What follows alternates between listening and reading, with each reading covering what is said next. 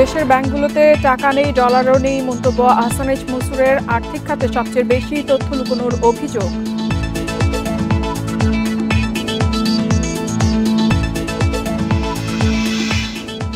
বাজার নিয়ন্ত্রণে আলু পেঁয়াজ আমদানির অনুমতি জানালেন প্রতিমন্ত্রী। ভোগ্যপণ্য মজুদে কঠোর ব্যবস্থার হুঁশিয়ারি।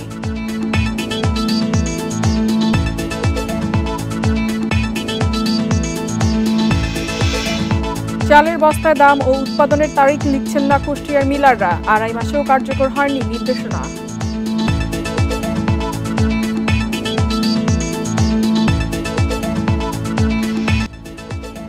সবাইকে আমন্ত্রণ অর্থনীতি সারাদিনে আপনাদের সাথে আছি। আপনারা শুনছিলেন শিরোনাম, এবারে জানাবো বিস্তারিত। দেশের ব্যাংক খাত এখন ব্যাপক দুরবস্থার মধ্যে রয়েছে। এ খাতে টাকাও নেই, ডলারও নেই বলে মন্তব্য করেছেন পলিসি রিসার্চ ইনস্টিটিউটের নির্বাহী পরিচালক আহসান এইচ মনসুর। আর্থিক খাতে সবচেয়ে বেশি তথ্য লুকানো হচ্ছে বলেও মনে করেন তিনি। শনিবার ইকোনমিক রিপোর্টার্স আয়োজিত সেমিনারে তিনি এসব কথা বলেন। সম্প্রতি রপ্তানি উন্নয়ন ব্যুরো ইপিবির রপ্তানি তথ্যের হিসাবে গরমিল দেখা দিলে তা নিয়ে সমালোচনা শুরু হয়। অন্যদিকে বাংলাদেশ ব্যাংক সংশোধন করে দিলে দুই হিসেবের পার্থক্য দাঁড়ায় ১,৩৮০ কোটি ডলার। দেশের ব্যাংকিং খাতে দুরবস্থার কারণ নিয়ে আয়োজিত সেমিনারে আহসান এইচ মনসুর বলেন, দেশের আর্থিক খাতের বেশিরভাগ তথ্যেই ভুল রয়েছে, তাই এ খাতে সবচেয়ে বেশি তথ্য লুকানো হচ্ছে বলে অভিযোগ তার। আর্থিক খাতে সবচেয়ে বেশি ডাটা রিপ্রেজেন্টেশন, মিসরিপ্রেজেন্টেশন আছে, যেটা হওয়ার কথা না, যেটা সবচেয়ে স্বচ্ছ হওয়ার কথা, সেই খাতেই সবচেয়ে বেশি অস্বচ্ছ অ্যাকাউন্টিং আছে। টাকাও নেই, ডলারও নেই, এই যে একটা অবস্থাটা, আমার টাকার দাম থাকতেও সেটাও নেই, আবার ডলার সেটাও নেই। আহসান এইচ মনসুর বলেন, গত কয়েক বছর ধরেই অস্বস্তিতে আছে দেশের ব্যাংকিং খাত, যেখানে সাধারণ মানুষ আমানত নিয়ে নিশ্চয়তা পাচ্ছে না, পাচার হচ্ছে বিপুল পরিমাণ অর্থ। এর ফলে অর্থনীতির স্বাস্থ্য খারাপ হয়ে যাচ্ছে বলে মন্তব্য করেন তিনি। তার মতে, দুর্বল ব্যাংকগুলোকে আর্থিক সহায়তা দিয়ে সচল করার প্রয়োজন নেই। ব্যাংকগুলোকে যে লিকুইডিটি সাপোর্ট দিচ্ছে সেটাকে কমিয়ে ফেলতে হবে বা বন্ধ করে দিতে হবে। অচল ব্যাংকে সচল রাখার দরকার নেই এইভাবে টাকা চাপিয়ে, এটা সলিউশন না, এটা হচ্ছে মলম দেওয়ার মতো। বাংলাদেশ ব্যাংকের তথ্য মতে দেশের মোট বিতরণ করা ঋণের প্রায় 10% খেলাপি ঋণ, যদিও এই অর্থনীতিবিদের মতে খেলাপি ঋণের হার প্রায় 25%। Amirul Islam, independent news, Dhaka. বাজার নিয়ন্ত্রণে আলু পেঁয়াজ আমদানির অনুমোদন দিয়েছে বাণিজ্য মন্ত্রণালয়। এখন থেকে ব্যবসায়ীরা চাইলে আমদানি করতে পারবেন। সকালে কারওয়ান বাজারে টিসিবি ভবনে জাতীয় রপ্তানি ট্রফি অনুষ্ঠানে সংবাদ সম্মেলনে এই কথা জানান বাণিজ্য প্রতিমন্ত্রী আহসানুল ইসলাম টিটু। কেউ ভোগ্যপণ্য মজুত করলে কঠোর ব্যবস্থার হুঁশিয়ারি দেন প্রতিমন্ত্রী। দীর্ঘদিন ধরে অস্থির আলু পেঁয়াজের বাজার। সরবরাহে ঘাটতি না থাকলেও ক্রেতাদের কিনতে হচ্ছে অস্বাভাবিক দামে। প্রতি কেজি আলুর দাম ৬৫ টাকার উপরে, পেঁয়াজের কেজি ১২০ টাকা। টিসিবির হিসাবে এক মাসে আলুর দাম বেড়েছে ৫% আর পেঁয়াজের ৩৩% পর্যন্ত। ক্রেতাদের অভিযোগ, সরকারি নজরদারি অভাবের সুযোগ নিচ্ছেন ব্যবসায়ীরা। আগে যেমন ১০,০০০ টাকা বেতন পাইছি, তো সব কিনাকাটাও দেখা গেল কিছু রয়েছে, এখন মনে করেন ১০,০০০ টাকা বেতনে কিছু হয় না। এমন পরিস্থিতিতে নিত্যপণ্যের বাজার কবে নাগালে আসবে এমন প্রশ্ন ছিল বাণিজ্য প্রতিমন্ত্রীর কাছে। জবাবে বলেন, দাম নিয়ন্ত্রণের জন্য আলু পেঁয়াজ আমদানি করা হবে। অতিবৃষ্টির কারণে কাঁচামরিচ সহ অন্যান্য সবজির দাম বাড়ছে বলেও দাবি প্রতিমন্ত্রীর। কৃষি সচিবের সাথে যোগাযোগ করে এই মুহূর্তে আমরা আলু পেঁয়াজের জন্য আইপি ওপেন করে দেওয়া হয়েছে। যে কোনো আমদানিকারক চাইলে আলু এবং পেঁয়াজের জন্য তারা নিয়ে আসতে পারবে, আমরা অনুমতি দিব। এটা কৃষি মন্ত্রণালয় থেকে বন্ধ ছিল, আমরা এটা আপনাদের মাধ্যমে এটা আমরা ওপেন করে দিলাম। ভোজ্য তেল আমদানির জন্য ব্রাজিল সরকারের সাথে আলোচনা চলছে বলেও জানান বাণিজ্য প্রতিমন্ত্রী। অন্ততপক্ষে আমাদের একটা উদ্দেশ্য আছে যে আমাদের। Shahid Ahmed, independent news, Dhaka. এদিকে টিসিবির লাইসেন্স বাতিলের সিদ্ধান্তের বিরুদ্ধে বিক্ষোভ করেছেন ডিলাররা। শনিবার কারওয়ান বাজারে সংস্থাটির প্রধান কার্যালয়ের সামনে সমাবেশ করেন তারা। ডিলার হালনাগাদে সংসদ সদস্যদের ডিও লেটার সংযুক্ত করার নিয়ম প্রত্যাহারের দাবি করেন তারা। এ বিষয়ে বাণিজ্য প্রতিমন্ত্রী জানান, সব দিক বিবেচনা করেই সিদ্ধান্ত নেওয়া হবে। ১ কোটি স্বল্প আয়ের মানুষের মাঝে কম মূল্যে নিত্যপণ্য বিতরণে কাজ করে সরকারি সংস্থা trading corporation of Bangladesh TCB. সারা দেশে সংস্থাটির ডিলার রয়েছে ৮,০০০। সম্প্রতি ডিলার লাইসেন্স নবায়নে নতুন সিদ্ধান্ত নিয়েছে টিসিবি। এখন থেকে লাইসেন্স নবায়ন করতে স্থানীয় সংসদ সদস্যদের ডিও লেটার লাগবে। 13 জুলাইয়ের মধ্যে যারা ডিও লেটার জমা দেবেন কেবল তাদেরই তালিকা পাঠানো হবে সংস্থার প্রধান কার্যালয়ে। তবে এমন সিদ্ধান্ত মানতে নারাজ ডিলাররা। তাদের দাবি, রাজনৈতিক কর্মী না হলে মিলছে না ছাড়পত্র। এতে দীর্ঘদিনের ব্যবসা হারিয়ে বেকার হয়ে পড়বেন তারা। দলীয়ভাবে নিয়োগ দেওয়া হয়, এখানে একটা চেয়ারম্যানের যদি দেয় তো চেয়ারম্যানের গিয়ে নিয়ে মাল কি করবে, এটা তো পাবলিকে তো খবর হবে না। দাবি হচ্ছে দুইটা, আমরা যারা স্থায়ী ডিলার আছি আমাদেরকে কোনো রাজনৈতিক ঘেরা করে ফেলে আমাদেরকে বাতিল করা যাবে না। আর 2 নম্বর হচ্ছে যারা ডিলার সারা বাংলাদেশে আছে তাদেরকে ন্যূনতম 1000 কার্ডের পণ্য দিতে হবে। এসব অভিযোগ সত্য নয় জানিয়ে বাণিজ্য প্রতিমন্ত্রী বলেন, টিসিবির কার্যক্রমের আওতা বাড়ানো হচ্ছে, কিন্তু স্বল্প জনবল দিয়ে পরিচালনা করা সম্ভব না হওয়ায় জনপ্রতিনিধিদের সহযোগিতায় স্থানীয় দোকানের মাধ্যমে পণ্য বিক্রি করা হবে। বাণিজ্য মন্ত্রণালয়ের নিজস্ব কোনো চয়েস নাই, এটা ওই এলাকার ওই লোকালিটির যারা জনপ্রতিনিধি এবং প্রশাসনের কর্মকর্তা তারা সমন্বয় করে যে তালিকাটা টিসিবিতে পাঠাবে আমরা তাদের বরাবরই লাইসেন্স দিয়ে তাদের মাধ্যমে আমরা ডিস্ট্রিবিউট করব। লাইসেন্স নবায়নে টিসিবির পুরাতন ডিলারদের অগ্রাধিকার দেয়া হবে বলেও জানান বাণিজ্য প্রতিমন্ত্রী। Shahid Ahmed, independent news, Dhaka. এবার সপ্তাহের শেয়ার বাজারে খবর। বিদায়ী সপ্তাহে সূচক ও লেনদেন বেড়েছে দেশের 2 শেয়ার বাজারে। ডিএসসিতে প্রধান সূচক বেড়েছে 9 পয়েন্ট, লেনদেন হয় প্রায় 4,438 কোটি টাকা। এ সময় দর বেড়েছে 55 প্রতিষ্ঠানের শেয়ারের। অন্যদিকে চট্টগ্রাম স্টক এক্সচেঞ্জে সার্বিক সূচক বেড়েছে 294 পয়েন্ট। বিদায়ী সপ্তাহে ঢাকা স্টক এক্সচেঞ্জে প্রধান সূচক ডিএসসিএক্স বেড়েছে 9.22 পয়েন্ট, অবস্থান করছে 5,506 পয়েন্টে।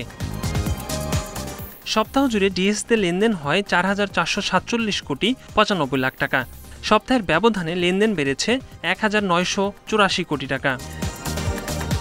সপ্তাহের শেষ কার্যদিবসে ডিএসসির বাজার মূলধন দাঁড়িয়েছে 6,63,652 কোটি টাকা।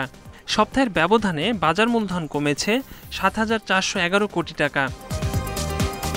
বিদায়ী সপ্তাহে হাতবদলে অংশ নেয় 396টি কোম্পানি ও মিউচুয়াল ফান্ড।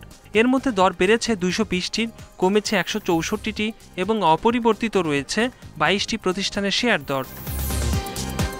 সপ্তাহ জুড়ে সবচেয়ে বেশি লেনদেন হওয়া প্রতিষ্ঠানের তালিকায় প্রথম সিপাল বিচ রিসোর্ট, দ্বিতীয় বিচ হ্যাচারি এবং তৃতীয় অবস্থানে ওরিয়ন ফার্মা। শতাংশের দিক থেকে দরবৃদ্ধির তালিকায় প্রথম দেশবন্ধু পলিমার, দ্বিতীয় গ্লোবাল হেভি কেমিক্যালস এবং তৃতীয় অবস্থানে স্যালভো কেমিক্যাল।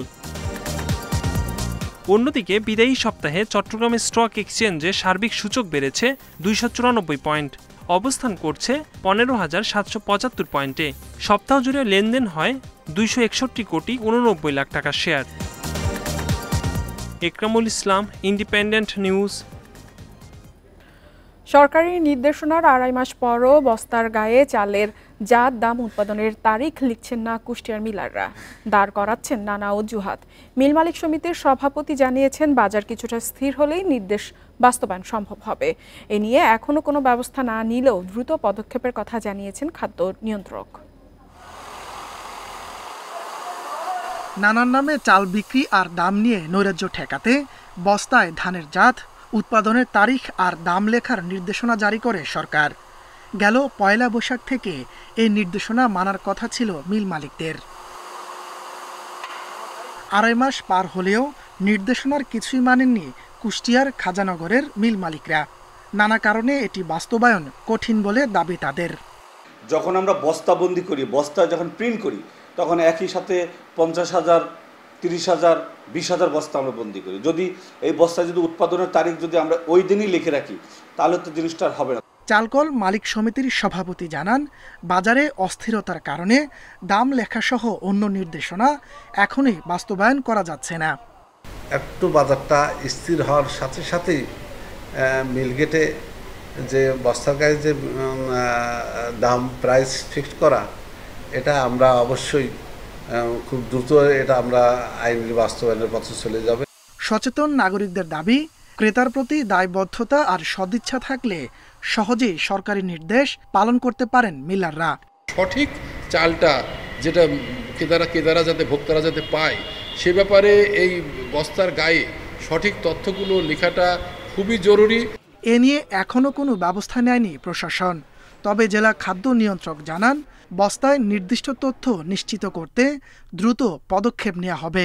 আইন না মানলে যে বিষয়ের উপর থেকে নির্দেশনা আসবে আমরা সেটা বাস্তবায়ন করব। বর্তমানে এই প্রক্রিয়াটাকে শতভাগ বাস্তবায়নের দিকেই আমরা বেশি মনোযোগ। প্রশাসন পদক্ষেপ নিলে চালের বাজারে অস্থিরতা অনেকটাই কমবে বলে আশা সচেতন মানুষের। Independent news.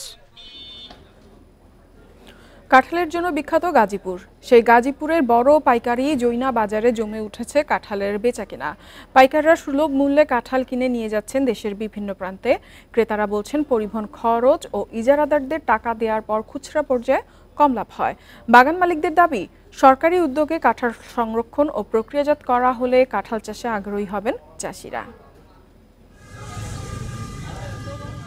ঢাকা ময়মনসিংহ মহাসড়কের পাশে গাজীপুরের শ্রীপুর উপজেলার সবচেয়ে বড় কাঁঠালের পাইকারি বাজার জৈনা বাজার। প্রতি বছরের ন্যায় এবার প্রায় 1.5 থেকে 2 কিলোমিটার জুড়ে বসেছে কাঁঠালের বাজার। কাঁঠালের স্বাদ ও গন্ধে অতুলনীয় হয় সকাল থেকে সন্ধ্যা পর্যন্ত পাইকাররা আসেন দেশের বিভিন্ন প্রান্ত থেকে। বাজারে অন্তত 30 থেকে 40টি পাইকারি মোকামের মাধ্যমে ছোট বড় কাঁঠাল হাতবদল হয়ে থাকে। আকার ও মানভেদে প্রতিটি কাঁঠাল 50 টাকা থেকে শুরু করে 250 টাকায় বিক্রি হচ্ছে এই বাজারে। চিটাগাং থেকে, নোয়াখালীর থেকে, কুমিল্লার থেকে আইসা এখান থেকে নিয়ে যায়। জয়না বাজার বাংলাদেশের লাগি শ্রেষ্ঠ বিখ্যাত কাঁঠাল। তবে ক্রেতারা বলছেন পরিবহন খরচ, মজুরি ও বাজারের ইজারাদারদের টাকা পরিশোধের পর খুচরা পর্যায়ে কম লাভ হয় তাদের। ব্যাপারে কিনতে গেলে আড়তদার আছে, খাজনা আছে, লেবার আছে, এখানে তুলিয়া দেয় কুলিরা, এখানে অনেক টাকা খরচ হয়ে যায়। বাগান মালিকদের দাবি, শ্রীপুরের কাঁঠাল গুণগত মান ও স্বাদের জন্য বিখ্যাত। কাঁঠাল সংরক্ষণে উদ্যোগ নেওয়ার জন্য সরকারের কাছে দাবি তাদের। এমন পরিমাণ কাঁঠাল উঠে এই কাঁঠালগুলো সংরক্ষণ করা যাচ্ছে না, কারণ পচে যায়। পচে গেলে কাঁঠালগুলো তো নষ্ট হয়ে যায়, তো এটা সময় মতো বিক্রি করা যায় না অনেক সময়। তবে কৃষি সম্প্রসারণ অধিদপ্তর বলছে, কাঁঠাল সংরক্ষণ ও প্রক্রিয়াজাতকরণের জন্য প্রজেক্ট নেওয়া হয়েছে।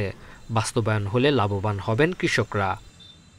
এফএওর অর্থায়নে একটি প্রজেক্ট ইতিমধ্যেই শুরু হয়ে গেছে। ওয়ান কান্ট্রি ওয়ান প্রোডাক্ট হিসাবে তারা কাজ করছে। সেই হিসাবে বাংলাদেশের প্রোডাক্ট তারা কাঁঠালকে সিলেকশন করছে। আমাদের দাবি যে এখানে একটি কাঁঠাল প্রক্রিয়াজাতকরণ কেন্দ্র প্লাস একটি সংরক্ষণাগার যাতে এখানে তৈরি করে। গাজীপুরে 5 উপজেলায় কাঁঠাল উৎপাদনের লক্ষ্যমাত্রা ধরা হয়েছে 2,60,000 metric ton. Tanzil Hasnat, independent news. Submarine cable রক্ষণাবেক্ষণের কাজের জন্য দেশের বিভিন্ন জায়গায় নিরবচ্ছিন্ন ইন্টারনেট সেবা ব্যাহত হতে পারে। আজ শুক্রবার Bangladesh submarine cables company limited PLC সংবাদ বিজ্ঞপ্তিতে এ তথ্য জানিয়েছে। বিজ্ঞপ্তিতে বলা হয়, সাবমেরিন কেবল সিস্টেমের সিঙ্গাপুর প্রান্তে রক্ষণাবেক্ষণের কাজ চলবে। সন্ধ্যা 6টা পর্যন্ত 12 ঘন্টা এই কেবলের মাধ্যমে সংযুক্ত সার্কিটগুলো আংশিক বন্ধ থাকবে। এতে বিঘ্নিত হবে ইন্টারনেট সেবা। তবে কুয়াকাটায় স্থাপিত দেশের দ্বিতীয় সাবমেরিন কেবলের মাধ্যমে সংযুক্ত সার্কিটগুলো যথারীতি চালু থাকবে।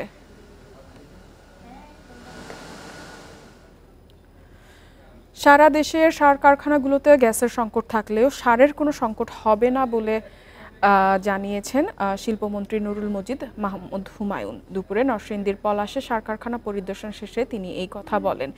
এ সময় মন্ত্রী জানান, সারা দেশে গ্যাস সহ জ্বালানি সংকট রয়েছে, তবে কারখানাগুলোতে চাহিদা অনুযায়ী গ্যাস সরবরাহ করে সার উৎপাদন করা হবে। নানা প্রতিবন্ধকতা পেরিয়ে কৃষকদের চাহিদা অনুযায়ী সার সরবরাহ করতে সরকার বদ্ধপরিকল্পিত বলে জানান তিনি। সার আমদানির তথ্য দিয়ে মন্ত্রী বলেন, বর্তমানে বিদেশ থেকে সার আনা হলেও অচিরেই বাংলাদেশ সার উৎপাদনে স্বয়ংসম্পূর্ণ হবে।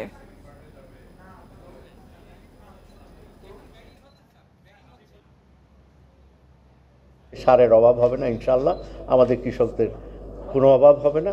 আগামী সিজনও সব কিছুতে যেটুকু এখন আমাদের গ্যাসের অপ্রাপ্যতার জন্য যেটুকু আছে সেটুকুই আমাদের আনতে হবে, আর আমরা সেলফ সাফিসিয়েন্ট হয়ে যাব ইনশাআল্লাহ আগামীতে। পাহাড়ি ঢল ও বৃষ্টিতে 3 দফা বন্যায় ধস নেমেছে সিলেটের পর্যটন খাতে। বন্যার তীব্রতা বাড়ায় বেশ কিছুদিন বন্ধ ছিল সব পর্যটন কেন্দ্র। গত 2 মাসে ব্যাপক হারে কমেছে পর্যটকদের আনাগোনা। এছাড়া খাগড়াছড়িতে ভারী বৃষ্টিতে বেশ কয়েকটি পাহাড় ধসের ঘটনার জেরে কমেছে পর্যটকদের আগমন। চা বাগান, জলাবন, স্বচ্ছ নদীর পানি আর হাওর বাওরের টানে সিলেট অঞ্চলে বছর জুড়েই থাকে পর্যটকদের আনাগোনা। তবে চলতি বছরে 3 বার বন্যার কবলে পড়ে সিলেট অঞ্চলের 3 জেলা। দফায় দফায় বন্যায় এই অঞ্চলের পর্যটন খাতে ধস নেমেছে। বন্যায় একাধিকবার বন্ধ হয় জাফলং, বিছানাকান্দি, রাতারগুল সহ বিভিন্ন পর্যটন কেন্দ্র। ব্যবসায়ী নেতারা জানিয়েছেন কয়েক দফা বন্যায় সিলেটের পর্যটন খাতের ক্ষতি প্রায় 500 কোটি টাকা। পর্যটন রিলেটেড যে ক্ষয়ক্ষতির পরিমাণ হয়েছে, আমি মনে করি এখানে 500 কোটি টাকার কম হবে না, হ্যাঁ 500 কোটি টাকার উপরেই হতে পারে। তারপরেও আমি বলতে চাই যে এই ক্ষয়ক্ষতির পরিমাণ এক্স্যাক্টলি বলাটা খুব কঠিন। পার্বত্য জেলা খাগড়াছড়ির পর্যটন কেন্দ্রগুলোতেও গত 2 মাসে কমেছে দর্শনার্থী। হঠাৎ বন্যা ও পাহাড় ধসে সড়কে যোগাযোগ বিচ্ছিন্ন হওয়ার ঘটনায় আগের মতো আসছেন না পর্যটকরা। ভারী বর্ষণের কারণে পাহাড় ধস হয় এবং বিভিন্ন জায়গায় পানিবদ্ধতার সৃষ্টি হয়, এতে করেই পর্যটকদের একটা আতঙ্ক সৃষ্টি হয়। প্রচুর পরিমাণে বৃষ্টিপাতের কারণে খাগড়াছড়িতে পাহাড় ধসের সৃষ্টি হয়েছে, যার কারণে আমাদের এখানে যারা পর্যটক রয়েছে, খাগড়াছড়িগামী যেসব পর্যটক রয়েছে তারা খুবই আতঙ্কিত। প্রাকৃতিক দুর্যোগে বিপাকে পড়েছেন রাঙামাটির হোটেল মোটেলের ব্যবসায়ীরা। তবে সম্প্রতি পর্যটকদের আনাগোনা কিছুটা বাড়ায় ক্ষতি কাটিয়ে ওঠার আশা তাদের। সোহেলি জাহান, ইন্ডিপেন্ডেন্ট নিউজ। আর এই ছিল অর্থনীতি স্বাধীনের আজকের আয়োজনে। ইন্ডিপেন্ডেন্ট টেলিভিশনের সব খবর আরও জানতে চোখ রাখুন ফেসবুক, ইউটিউব এবং এক্সে। আমন্ত্রণ আমাদের পরবর্তী সংবাদে।